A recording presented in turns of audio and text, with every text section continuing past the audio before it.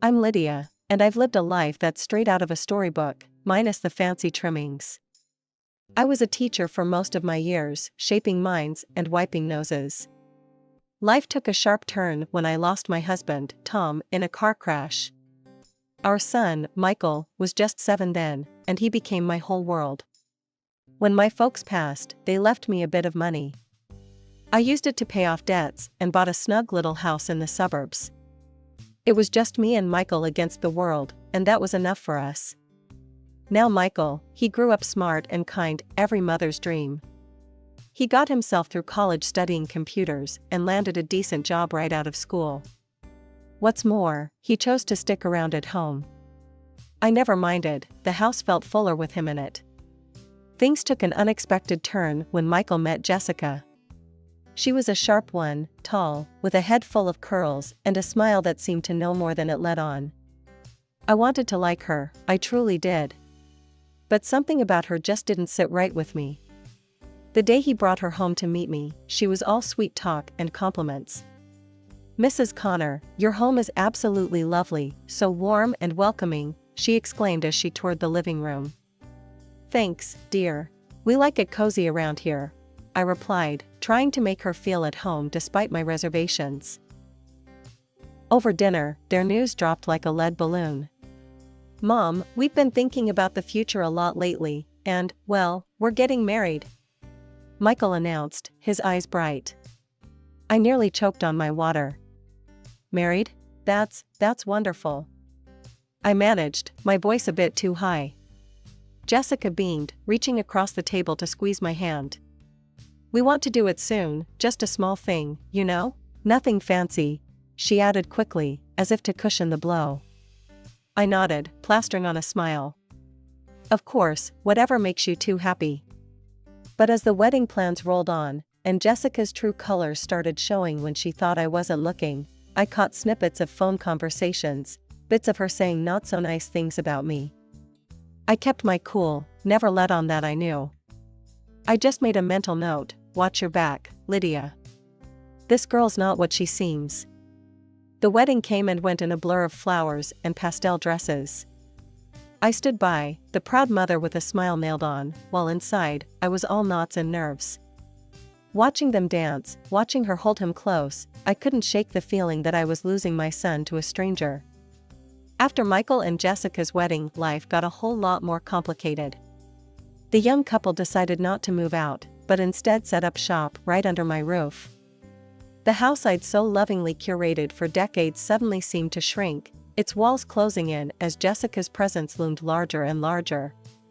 The first few weeks were a buzz of activity, thank you notes to write, wedding gifts to sort through, and endless discussions about their future.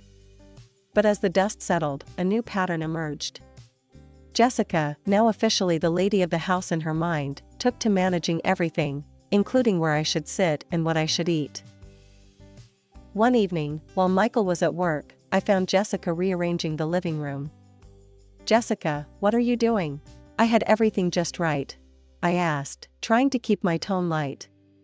"Just thought I'd freshen up the place a bit," she snapped, her voice sharp like a kitchen knife. "It's good to change things up now and again, don't you think?" I didn't agree. "Look, I appreciate you trying to help, but please, leave things the way I set them. Michael likes it that way." She scoffed, a sound that grated on my nerves. "Well, things change, Lydia. Maybe it's time you start getting used to that." Then came the pregnancy announcement. I should have been overjoyed, and part of me was, but the news also brought new tensions. Jessica, now more than ever, made herself the center of everything. "Lydia, I'm really not feeling up to cooking tonight, could you handle dinner?" she'd ask, almost daily, as she lounged on the couch, flipping through magazines. I'd nod and head to the kitchen, biting back my frustration. One afternoon, I tried to broach the subject. "Jessica, dear, I know you're tired with the baby coming and all, but maybe you could help with the salads or setting the table?" She looked at me as if I'd suggested she climb Mount Everest. "Really, Lydia? I'm carrying a child here. You expect me to stand and chop vegetables?" Before I could respond, Michael walked in, home early from work. Jessica turned to him immediately, her tone shifting. Baby, tell your mom I'm not supposed to strain myself. Doctor's orders, remember? Michael, ever the peacemaker, tried to smooth things over. Mom, Jess really needs to take it easy. Maybe we can all pitch in a bit more, huh? As the weeks turned into months, my home life revolved around Jessica's needs and whims. I felt more like a housekeeper than a family member. One particularly tough day, after scrubbing the kitchen clean while Jessica ordered takeout, I finally let off some steam to Susan, my next-door neighbor and longtime confidant. Lydia, why do you put up with that girl? Susan asked as we sipped coffee in her kitchen. I shrugged, a heavy sigh escaping my lips. What choice do I have? It's Michael's wife. I can't just kick them out. Susan shook her head, her eyes fierce. You need to stand up for yourself, Lydia. This is your house, your rules. Don't let that little tyrant push you around. Her words struck a chord, and as I walked back home, I realized she was right. I needed to reclaim my space, my authority. I was the one who built this life, not Jessica. But figuring out how to do that without losing my son was a puzzle I wasn't sure how to solve. Life in our house grew more complicated with the arrival of Michael and Jessica's twins. At first, the joy of being a grandmother was overwhelming, in a good way. Those tiny hands, the late-night coos, and even the cries were music to my ears. But as the twins grew, so did the demands on my time and energy. Days blurred into nights as I juggled childcare with my job and household chores. Jessica, meanwhile, seemed to take her role as the mother a bit too leisurely, preferring to spend her days lounging or shopping. Cooking was a foreign concept to her, and I found myself handling every meal, on top of cleaning up after everyone. One exhausting evening, I was knee-deep in laundry when Michael came home. Spotting him in the hallway, I couldn't hold back any longer. Michael, we need to talk, I started, the fatigue evident in my voice. He looked concerned but wary. What's wrong, Mom? It's all too much. I love those babies, but I'm not as young as I used to be. I thought Jessica would take on more by now. Before Michael could reply, Jessica entered the room, her arms laden with shopping bags. What's all this about, Lydia? Why are you upsetting Michael? I took a deep breath, trying to keep my composure. Jessica, I just think it's time you started helping out more around here. Maybe even cook a meal once in a while. Jessica's face twisted into a scowl. Are you saying I'm a bad mother? How dare you? The room grew tense, the air thick with unspoken grievances. I think it might be better if you find your own place, I finally said, the words heavy on my tongue but necessary. Jessica took my words like a slap. So you want to kick us out? Your own grandkids?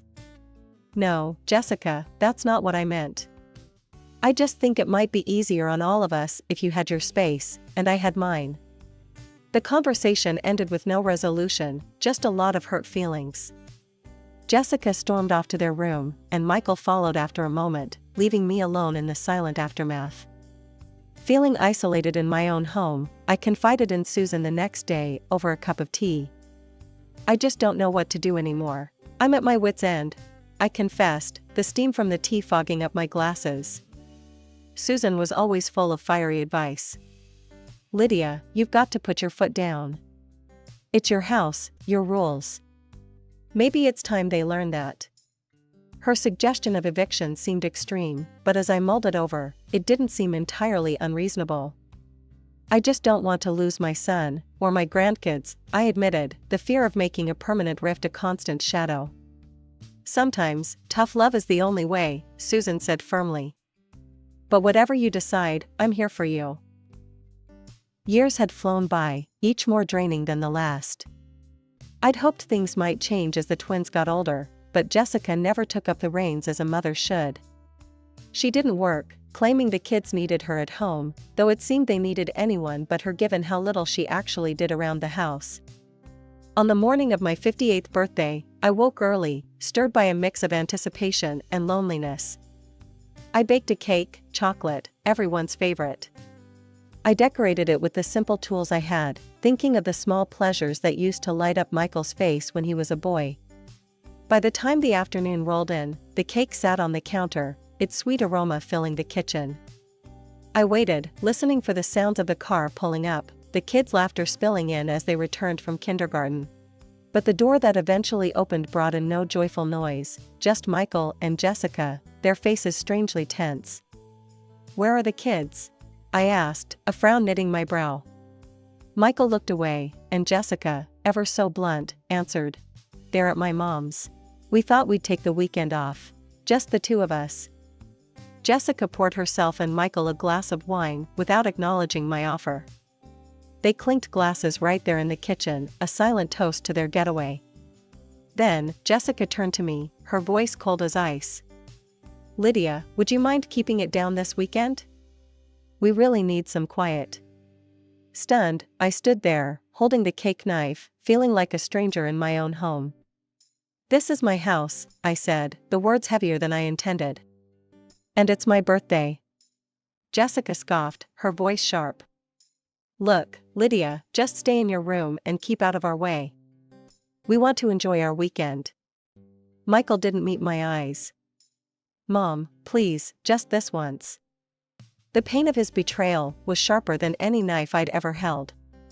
"Your once is every time, Michael," I whispered, my voice cracking. They didn't listen. Instead, Jessica walked up to me, took my arm, and led me to the door. "You know, we're already tired of you whining. You should take a walk, clear your head," she said, as she pushed me out into the cold, rainy evening. Dressed only in my house clothes, with nowhere to go, I walked the streets, my tears mingling with the rain. Finally, I found myself on Susan's porch, shivering and miserable. She opened the door, her expression turning from surprise to anger as she saw my state. "Lydia, what on earth? Come in, you're soaking wet." As I sat in her warm kitchen, wrapped in a dry blanket, I poured out the whole sorry tale. Susan's face grew darker with each word. "This is the last straw, Lydia," she said firmly. "You can't let them treat you like this. It's your house, your life. You've got to fight back." Her conviction was a lifeline thrown into the turbulent waters of my despair. "But how, Susan? He's my son. I don't want to lose him." "You've already lost him if he can treat you this way. Let's call my brother, the lawyer. We'll see what your options are." I nodded, feeling the first stir of resolve. Susan made the call, and her brother agreed to meet me the next day. Sitting in her cozy living room, I realized I was afraid to go back to my own home. A place where I was unwelcome on my own birthday no less. I trudged back home late that night, heart heavy and clothes still damp. The house was silent, the only sign of life being the clutter of dirty dishes and half-empty wine glasses scattered around the living room. I didn't bother cleaning up, I was too spent, both emotionally and physically. Instead, I went straight to my room, locking the door behind me. As dawn broke, I lay in bed, the events of the previous day replaying in my mind. I quietly got up, gathered my essentials, phone, house documents, and a bit of courage tucked into my purse, and slipped out to meet Susan's brother, the lawyer. The morning was crisp, and as I walked to the lawyer's office, the cool air felt like a balm. Susan's brother greeted me warmly, his office a stark contrast to the chaos of my home. "Lydia, let's sit down and talk this through," he said, gesturing to a chair across from his desk. I took a deep breath, and as I told him everything, his expression grew serious. "It sounds like you've been through quite an ordeal. You have rights, especially in your own home." "What can I do? I don't want to live like this anymore," I confessed, feeling a mix of hope and fear. "Well, we could start by looking into Jessica's past. There might be something there. And, if you're serious about this, we can file for an eviction notice. It's your house, after all," he advised, his tone professional yet empathetic.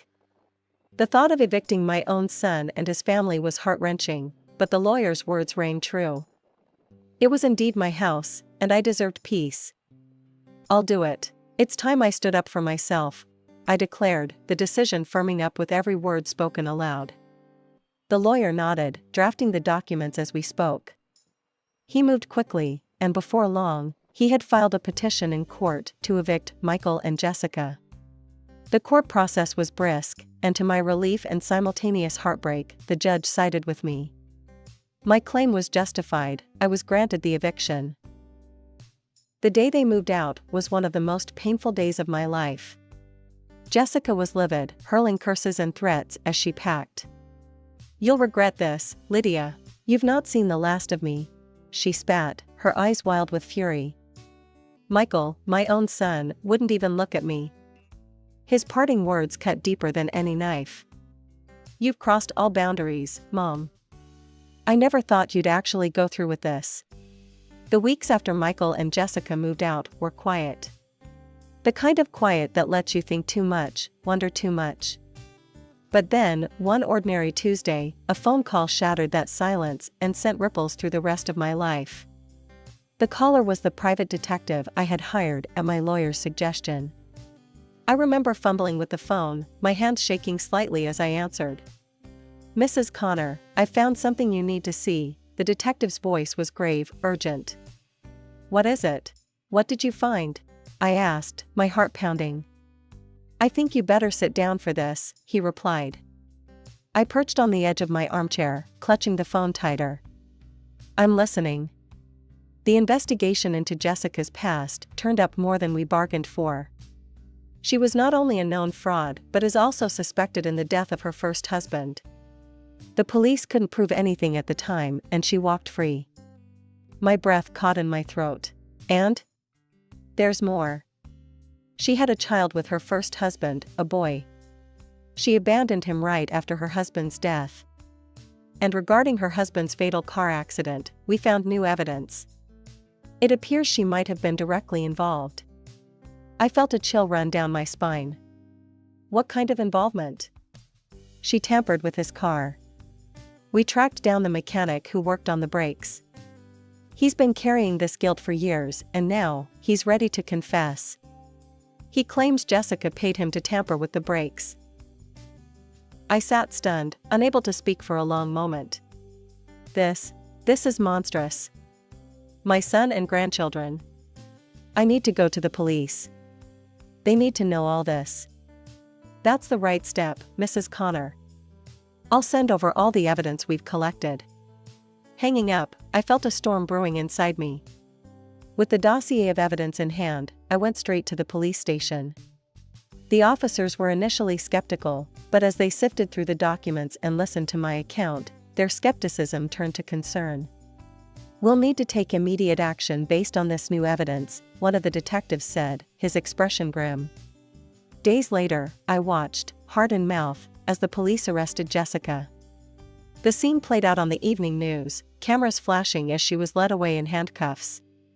Her face was a mask of fury and disbelief. Back home, Susan sat beside me, her hand gripping mine. "You did the right thing, Lydia. It had to be done." On the screen, reporters buzzed around the police, speculating, questioning. I felt a mix of relief and sorrow, relief that the truth was out, sorrow for what it meant for my son. Michael, poor Michael. He had been duped, dragged into a nightmare, by a woman he loved. How could she have hidden all this? How could I not have seen? I murmured, more to myself than to Susan. "Sometimes, we see only what we want to," Susan replied softly. "But you've possibly saved more lives, Lydia. Remember that." After Jessica's arrest, Michael took on the full responsibility of caring for the twins. He was drowning in legal fees, desperate to prove Jessica's innocence. It wasn't long before he came knocking on my door, the son I'd raised alone, now a weary, desperate man. He looked exhausted, eyes hollow, when he asked, "Mom, I need to borrow some money for Jessica's bail. The lawyers are bleeding me dry, but I can't let her rot in jail." My heart ached seeing him like this, but the sting of his recent harshness was still fresh. "Michael, I can't. After everything that's come out. I just can't support that." His face hardened, the hurt in his eyes turning to anger. "You never liked her. Now you see your chance and you just let her suffer, huh?" What kind of mother are you? Michael, you don't understand. I'm doing this to protect you, to protect the kids, I pleaded, my voice trembling with emotion. Protect us? By tearing us apart? He scoffed bitterly, shaking his head. You've ruined everything, Mom. You think you're helping, but you're just making it all worse. With that, he stormed off, curses muttered under his breath echoing around the silent house. The situation took a darker turn when one of Jessica's old friends turned up at the police station, her face pale, her hands trembling. The detectives called me in when she started talking. I never thought she'd actually do it, but Jessica planned it all, the woman confessed, her voice a haunted whisper. She wanted to get rid of you, Lydia. She talked about making it look like an accident, pushing you down the stairs when you were alone. My blood ran cold. The room spun slightly as her words sunk in. She wanted to kill me? Yes, and not just you. After you were gone, she planned to do the same to Michael. She wanted everything, the house, the money, everything you both owned. The detectives assured me they were taking it seriously, but the revelation shook me to my core. As I left the station, the world seemed a different place, darker, more dangerous. Back home, Susan was waiting, her expression grim. I heard what happened. That woman is a monster, Lydia. You know that now, right? I do, but Michael doesn't. He still thinks I'm the enemy. I sighed, the weight of my son's estrangement heavy on my heart. Give him time. He's got to see the truth for himself. And he will. He has to, Susan said firmly, squeezing my hand in solidarity. As I lay in bed that night, the silence of the house was no longer comforting, but a reminder of the family I once had. The betrayal, the danger I had unknowingly lived with. I shuddered at the thought of what might have happened if I hadn't acted, if I had let my doubts and Michael's displeasure sway my resolve. When Michael finally saw the horrific truth, he halted all legal support and refused to post bail for her. He filed for divorce and moved to strip Jessica of her parental rights. One rainy afternoon, not long after these events, Michael came to my door. His eyes were weary, his shoulders slumped, an image of defeat and remorse. Mom, can I come in? His voice was low, hesitant. I nodded, stepping aside to let him into the house. It felt strange having him there, in the space that had been a battleground for so long. Mom, I'm here to apologize. For everything. I was blinded, and I didn't listen to you. I'm so sorry. I listened, the words I had longed to hear now stirring a tumult of emotions within me. Michael, you believed in her, protected her, even when she was destroying our family. How do you think that felt for me? I know it was wrong. I can't even begin to understand how much I hurt you, he replied, his voice cracking with the burden of his guilt. And the children? I pressed, needing to know they were safe. They're with me now. They're safe, I promise. Jessica, she won't be able to hurt them anymore, he assured me, determination stealing his features. I nodded, the information settling some of my fears. And what do you want from me, Michael? He swallowed hard, looking down at his hands before meeting my gaze again. I hope that we can start to rebuild. I miss you, Mom. And the kids miss their grandma. I took a moment, the decision heavy on my heart. I want to see the grandchildren. They shouldn't suffer because of all this. But you, Michael. I'm not sure I can forgive you.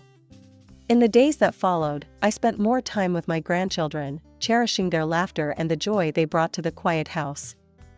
Their innocence was a balm to my worn soul, and I was determined to raise them differently, to instill values that perhaps I had failed to fully instill in Michael.